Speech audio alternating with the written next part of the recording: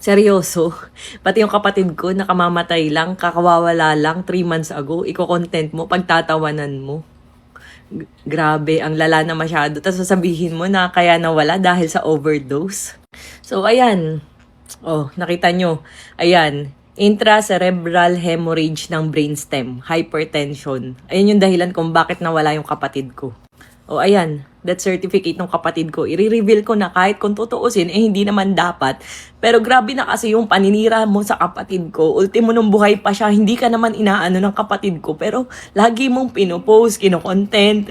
Pero isa lang yung masasabi ko na proud ako dahil bago mawala yung kapatid ko, 3 days bago mawala siya, acquitted siya sa kaso na 8 taon niyang pinagtiisan sa loob.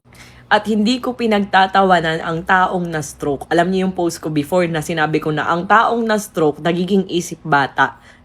Kaya nga ayoko na lang pumatuli. Kaya ayoko na lang na magsalita ng pwede makasakit sa damdamin ng kahit sino. Dahil yung kapatid ko, nung na-stroke siya, ang sabi ng doktor, kung makaka-recover man daw siya, magiging isip bata. Doktor mismo yung nagsabi nun.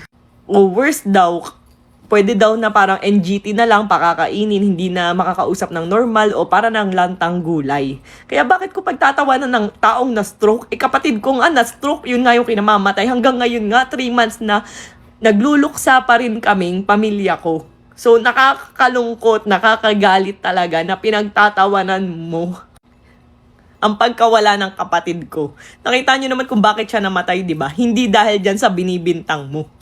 Tinitiis ko na nga araw-araw lahat ng pambubuli nyo sa akin, di ba? Una, tatawagin nyo ako ng kokey. Lalaitin nyo yung dati kong itsura na para bang kagagwapo, kagaganda nyo. Na ano bang ginawa ko? Alam nyo yan sa sarili nyo na never ako nagsimula ng kahit anong gulo. O sige, pag-usapan natin yung sinasabi mo. Alam mo sa sarili mo dati na pinagluto kita. Wait lang ha, hindi tayo magkaibigan eh. Magkakilala, oo. 2 beses pa lang tayong nagkita at yun ay dun sa tindahan ko dati sa Sampaloc. Pinatuloy kita, pinagluto ng pagkain. Tas prinomote ko pa yung product mo. Ending, anong natanggap kong na feedback after nung araw na yun ha. Ang baho dun sa tinutuluyan, ang baho dun sa bahay ni Rosmar. Ang sama ng luto niyang pagkain, ang tamis nakakasuka. Anong mararamdaman ko na after kitang itrato ng maayos dun sa tirahan ko, na which is sa likod ng pet shop dun kami nag-live-in nung asawa ko, nung magjowa pa lang kami. Anong mararamdaman ko na ganun yung feedback mo sa akin? Yun yung dahilan kung bakit kita kinat off. Alam mo yan sa sarili mo. Oh, ito ha, video to. Ako na mismo ang nagsasabi na hindi ko kayo kakasuhan kahit i-reveal nyo yung pangalan ko ba kung ako talaga yan. Na sinasabi nyo na screen record pa na pagpunta sa account ko makikita na may blue check pa. Sige, i-reveal nyo. Hindi ako natatakot kasi alam ko sa sarili ko na hindi ako yan. 100% hindi ako yan. And kitang-kita nyo naman, oh, Diyos ko po, matalino na lang ang makakaisip Bakit lahat nasa left side? Bakit wala dito sa right side? Ano yan? Iisang tao lang lahat nag-chat niyan? Kita nyo naman magkakaiba parang, ayan o, i-chat ko ikaw May sa isa kong account na pumunta kayo ng lahat dito sa Tagaytay. Tapos may okay madam. Sana ito yung chat kung ako talaga yan. Nandito yung kausap. Pag ganyan-ganyan sana yan. Kung sino man yung nag-screenshot niyan, kung totoo talaga yan. At ito ha, ultimo distributor ko, hindi ko pinapupunta sa bahay dahil private ang bahay namin. Close na person ko lang talaga ang pinapapunta ko sa bahay. Tas papapunta ako sa bahay namin ng mga troll account, ng mga nagtotroll. Ayan o, ganyan dapat. Kapag ka magkausap kayo, pag ganyan-ganyan yung chat, hindi iisa na nasa left side lang lahat. Kung tutuusin, ayoko nang magsalita. Kasi nga, sabi ko nga, nasa peaceful era ako pero hindi ko kayo maintindihan kung bakit balagi na lang ako yung kinokontent nyo. Pero alam ko naman dahil may nagsabi sa akin na isang taong nagtanong sa'yo kung bakit lagi mo akong kinokontent. Ang nung sagot mo, kasi trending pag si Rosmar ang topic, hindi talaga ako galit dyan. Trending kasi, maraming likes, maraming views, maraming comments kapag si Rosmar ang topic ko, tas magpo-promote ako ng products ko. Ganyan yung sinabi mo, di ba? Ni ultimo nga distributor ko, wala kaming group chat. Tapos may group chat ako sa trolls. At ito na lang ha, ito na lang yung sasabihin ko sa inyo. Tingin nyo ba? Ito na lang, isipin nyo.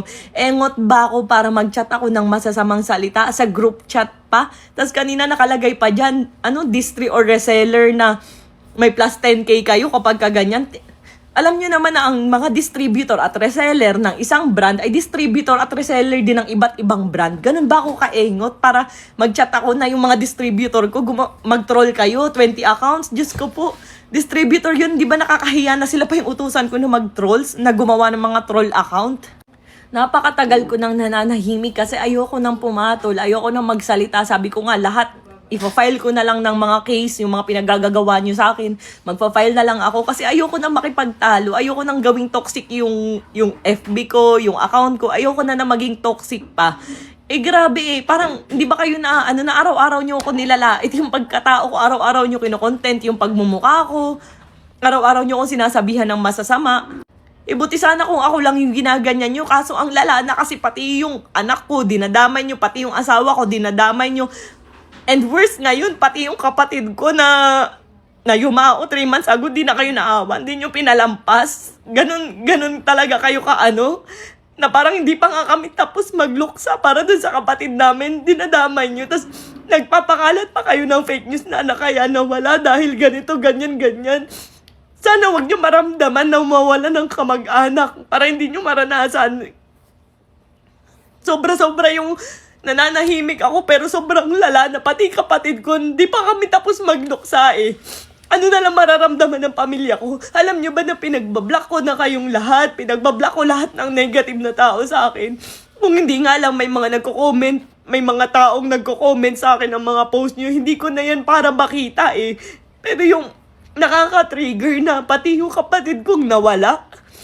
Nananahimik na yun kung nasaan man siya ngayon. Pero pati yun, seryoso, dinadamay nyo. Pati yung kapatid ko.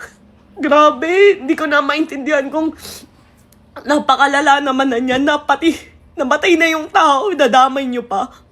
Hindi pa kayo natuwa na dinadamay nyo yung mga anak ko. Dinadamay nyo, pinagpiestahan nyo, nilalait nyo yung itsura ko. Okay na sana kung ako lang pati asawa ko, dinadamay nyo, nananahimik naman. Pati tatay ko, di ba naaalala mo, sinabihan mo pa na, yun, na drug lord yung tatay ko, hindi nga yung nagbibisyo, wala nga yung, hindi marunong manigarilyo, hindi marunong mag-inom, wine nga lang ininom nung elementary ako, natulog pa sa sopa, hindi na makabangon, tapos gaganyanin nyo. Sinabihan ko na nga lang yung napapawag ka magpa-apekto kasi nahihiya daw siya lumabas sa bahay. Ultimo yung tatay ko, idadamay nyo. Nananahimik yung tao. Napakalala nyo. Idadamay nyo yung tatay ko. Ni first girlfriend ganun si mama. Kung sa lalaki yun, ang pinakawalang kalukuhan sa buhay. Hindi ko maintindihan, napakalala nyo. Hanggang kailan ka magpapakalat ng fake news para siraan ako? Ultimo yung chat na yan, sige, ilabas mo, screen, kung totoong sinasabi mo na naka-screen record, diretso sa account ko, blue check, ganyan, ilabas mo. Hindi ako natatakot kasi alam ko sa sarili kong hindi ako yan at hindi ako engot para mag-chat sa group chat ng ganyan. Pagtatawanan ko yung na-stroke, na na may bonus kapag nilait-lait yung pagkatao nung isa. Tingin nyo gagawin ko yun sa group chat pa? Magchat-chat ako ng ganun. I-reveal nyo. Hindi ako natatakot. I-reveal nyo kung sino man yan. Napaka-planado. Magwawalwal post kayo bigla, sabay-sabay, tapos ending. Biglang may i-reveal kayo na convo na ganyan na nasa left side lang lahat ng chat. Wala man lang ganun palitan. May nag-chat tas may sumagot dito lahat. Common sense lang naman. Halatang-halataan nyo na isang tao lang yung nag-chat ng ganyan. Na parang ang weird, no? Parang sa February 26. Seryoso? Uuwi ko lang yan galing Dubai. Jet lag pa ako nyan. Yan yung araw na magdamag akong tulog. Madaling araw akong gising. Gusto nyo ng CCTV? Natulog ako ng oras na yan para matapos yung mga kahibangan nyo na yan. Yung mga pagbibintang nyo sa akin. I-reveal nyo, hindi ako natatakot. Ilapag nyo kung totoo yan na ako talaga hindi ako natatakot kasi alam ko sa sarili kong hindi ako yan. Nananahimik ako, nag-e-enjoy ako kasama ang pamilya ko. Hindi ko maintindihan kung ano ba yung mga nasa puso nyo. Bakit ganyan? Ang lala. Mahirap ba na makakita ng taong masaya sa buhay? Kaya dapat pare-parehas tayo miserable? Inuulit ko ang tagal ko nang nananahimik. Hinahayaan ko lait-laitin nyo ko araw-araw. Pero sana naman kung ayaw nyo kong patahimikin nyo naman yung kuya ko na namatay na. At huwag nyo dinadama yung mga magulang ko, yung anak ko, pati asawa ko. Patunayan mo lahat yung binibintang at pinagsasasabi mo sa akin, ha? Di kita uurungan kahit sa ang korte pa tayo magharap. Pero hindi kita papatulan dito sa FB dahil ayoko na ng katoksikan. Huling salita ko lang to.